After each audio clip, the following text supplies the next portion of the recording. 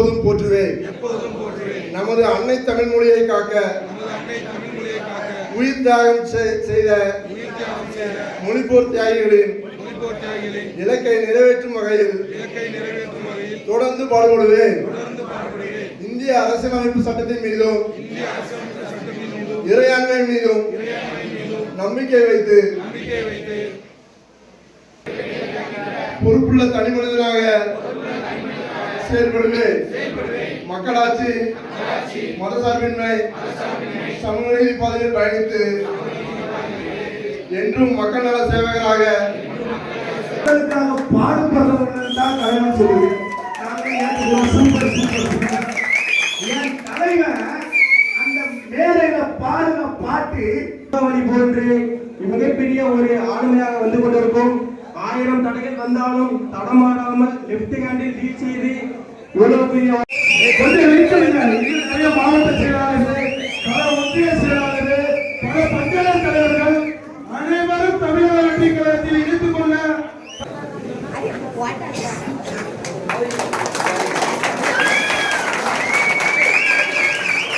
இணைத்துக் கொண்டவுடனே உறுப்பினர் காலை உடைத்து போடக்கூடிய ரசிகர்கள் நாங்கள் அல்ல.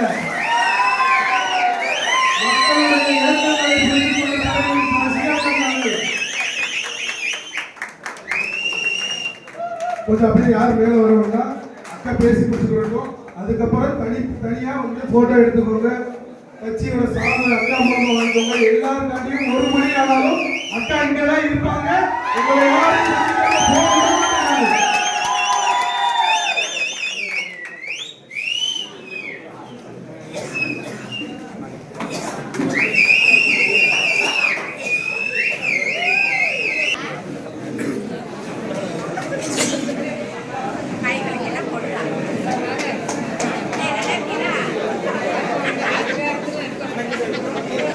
வெளியே இருக்கிற எல்லாரும் கொஞ்சம் உள்ள வந்துருக்கப்பா.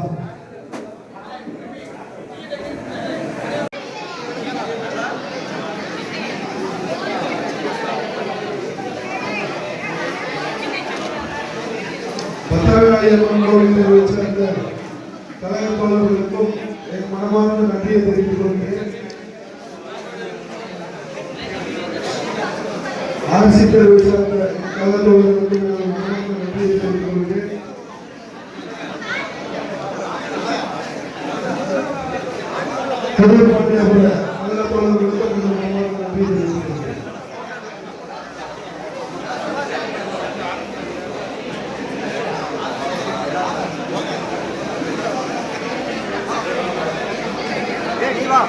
தூத்துக்குடி 60வது வருடத்திற்கு கவிதாக்கா மனோகரன் அவர்களை வித்யாபுரம் பகுதியை சார்ந்த சூறாவளி போல் இயங்கிக் கொண்டிருக்கும் அண்ணன் ஆறுமுகம், அண்ணன் இசக்கி, அண்ணன் விஜயகண்ணன் ஆகியோர் அனைவரையும் வரவேற்கிறேன். கொண்டபச்சேரி பகுதி மக்களுக்கு மனமார்ந்த நன்றியை தெரிவித்துக் கொள்கிறேன். அண்ணன் குருசாஜ் அவர்களுக்கும் மனமார்ந்த நன்றியை தெரிவித்துக் கொள்கிறேன். அண்ணன் செல்வராஜ் அவர்களுக்கும் மனமார்ந்த நன்றியை தெரிவித்துக் கொள்கிறேன். அண்ணன் குருபாலன் அவர்களுக்கும் மனமார்ந்த நன்றியை தெரிவித்துக் கொள்கிறேன். திரு ஆதராஜ பாடி அவர்களுக்கு மனமார்ந்த நன்றியை தெரிவித்துக் கொள்கிறேன். திரு சத்யராஜ் அவர்களுக்கு மனமார்ந்த நன்றியை தெரிவித்துக் கொள்கிறேன்.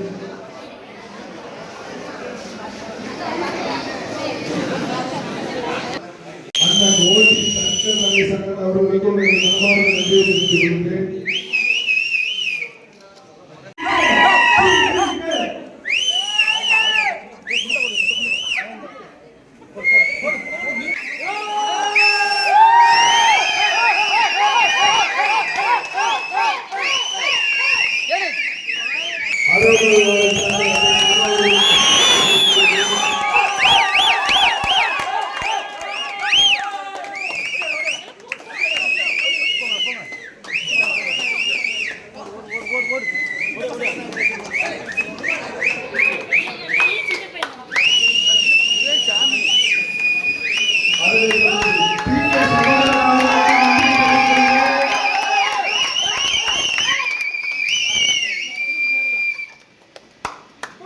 வேலமனத்தை சார்ந்த தெரிவித்துக்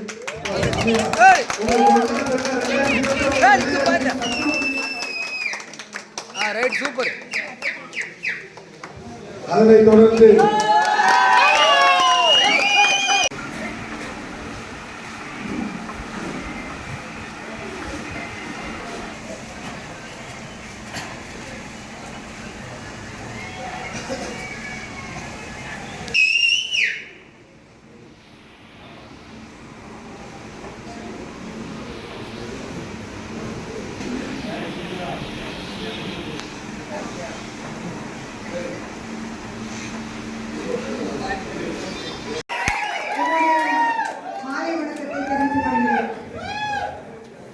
ஓட்டப்படாத சட்டமன்ற தொகுதிக்குள்ள அந்த குடியிருப்புக்குள்ள இருந்து உள்ள வரும்பொழுது ஒவ்வொரு ஏரியாவையும் நிப்பாட்டி என்னுடைய வருகை தாமதமானாலும் என்னை இன்முகத்துடன் வரவேற்ற தளபதியின் நெஞ்சில் குடியிருக்கும் ஒவ்வொரு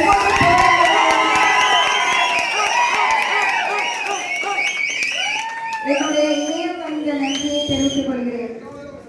இந்த கூட்டம் எல்லாம் தளபதி என்ற ஒற்றை முகத்திற்காக மட்டுமே கூடிய கூட்டமே தவிர வேற எந்த ஒரு எதிர்பார்ப்பும் இல்லாமல் ஒரு கூடிய ஒரு கூட்டம். மற்ற அரசியல் கட்சிகள் எல்லாம் ஒரு 5 பேர் 10 பேரை கூட்டினா கூட அவங்க தலைக்கு 300 ரூபாய் கூப்பிட்டாங்க வருவாங்க அந்த இடத்துக்கு. ஆனா தமிழக வெற்றி கழகத்தின் தங்க தளபதியா இருக்கும் மட்டும்தான் இவ்வளவு மிகப்பெரிய கூட்டத்தை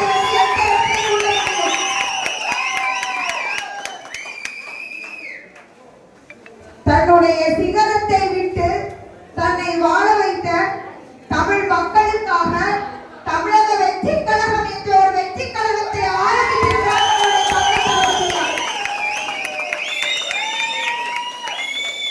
கட்சி தொடங்கி 2 ஆண்டுகள் முடிவடைகிறது. ஆனால் நாம் 2 கோடி உறுப்பினர்களை தொட்டிருக்கிறோம் என்றால் தமிழக வெற்றி கழகத்தில் மட்டும்தான். எல்லாரும் ஒரு ஆப் கொண்டு வந்தாங்க. திராவிட மாடல் கட்சி ஒரு ஆப் கொண்டு வந்தது. ஒவ்வொரு வீட்டுக்கும் போய் உறுப்பினர் சேர்த்தாங்க. ஆனா தமிழக வெற்றி கழகத்தில் மட்டும்தான் தன்னால வந்து அவங்களே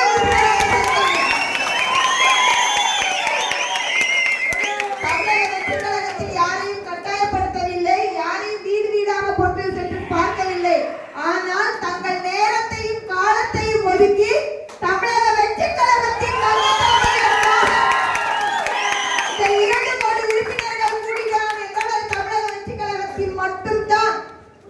அப்பேற்பட்ட தலைவர் தனது பணத்திற்காக இந்த இடத்தில் வரவில்லை, பதவிக்காக வரவில்லை, புகழுக்காக வரவில்லை.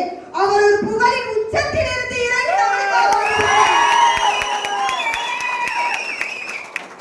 ஒரு அரசியல் கட்சியில அரசியலுக்கு வராங்க அப்படின்னா அவங்க பேர் புகழ் பணம் அதை சம்பாதிக்க வருவாங்க. ஆனால் நம்மளுடைய தளபதியார் எல்லாற்றையும் விட்டுவிட்டு நம்மளுடைய தமிழ் மக்கள் பாமர மக்களின் வாழ்வாதாரத்தை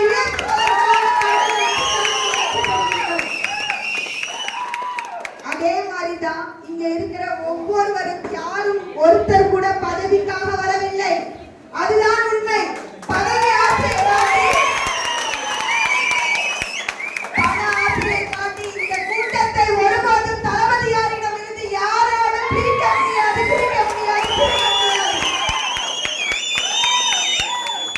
இது பணத்திற்கு விலை போகும் கூட்டம் அல்ல, தளபதியாருக்காக கூடிய கூட்டம்.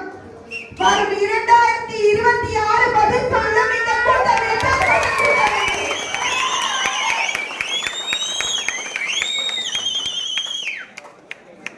இதுவரைக்கும் ஆளும் அரசுகள் வந்து இந்த பாமர மக்களுக்கு என்ன செஞ்சிருக்காங்க அப்படின்னா அது ஒரு மிகப்பெரிய கேள்விக்குறி. இப்ப ஆண்டு கொண்டிருக்கும் ஆட்சி என்ன செஞ்சிருக்காங்க அப்படின்னா அதுவும் கேள்விக்குறிதான். வாங்க வரும்போது சொன்னாங்க, நான் 2 விஷயத்தை சொல்றேன். பூரண மதுவிலக்கு தான் எங்களுடைய முதல் கையெழுத்து சொன்னாங்க. ஆனா ஆட்சியில் வந்து 4.5 ஆண்டுகள் ஆகிறது. இன்னும் பூரண மதுவிலக்கு அவங்களால கையெழுத்து போடுறதுக்கு நேரம் இல்லை. தமிழ்நாட்டில் இளம் விதவைகள் அதிகரித்துக் கொண்டிருக்குன்னு சொன்னாங்க. இளம் விதவைகள் இன்னும் அதிகரித்துக் கொண்டேதான் இருக்கிறார்கள். ஐயா காமராஜர் அவர்கள் வீதி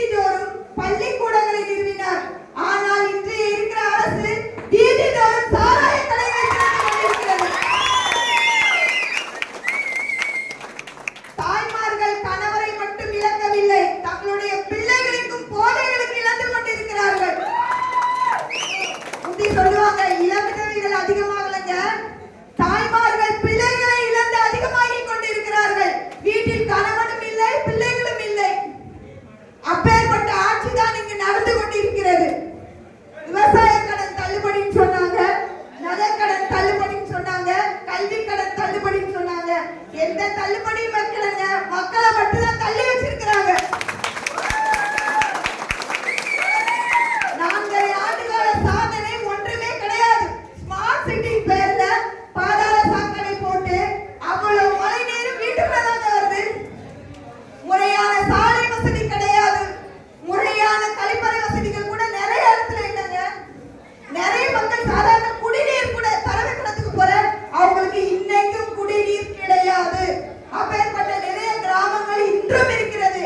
ஆனால் நாம சொல்ற பல 100 வருடங்களாக நாங்க இப்படி ஆயிட்டோம், பெரிய நகராட்சி மாநகராட்சி அடிக்கிறாங்க. ஏன்னா சாதாரண குடிநீர் கூட மக்களுக்கு கிடையாதுங்க. ஒரு இடத்துல இருந்து சமத்துவபுரம் சொல்லி ஒரு தரவுக்குள்ள போற ஏரியால இருக்கு. அந்த மக்களுக்கு வந்து குடிநீர் இணைப்பு கொடுத்து 15 வருஷம் ஆச்சா வீட்டுக்கு. ஆனால் இன்று பல சாலைகளை கடந்துதான் அந்த மக்கள் குடிநீர் எடுத்துட்டு இருக்கிறாங்க. அந்த அளவுக்கு குடிநீர் கூட எங்களுக்கு இல்லைங்க.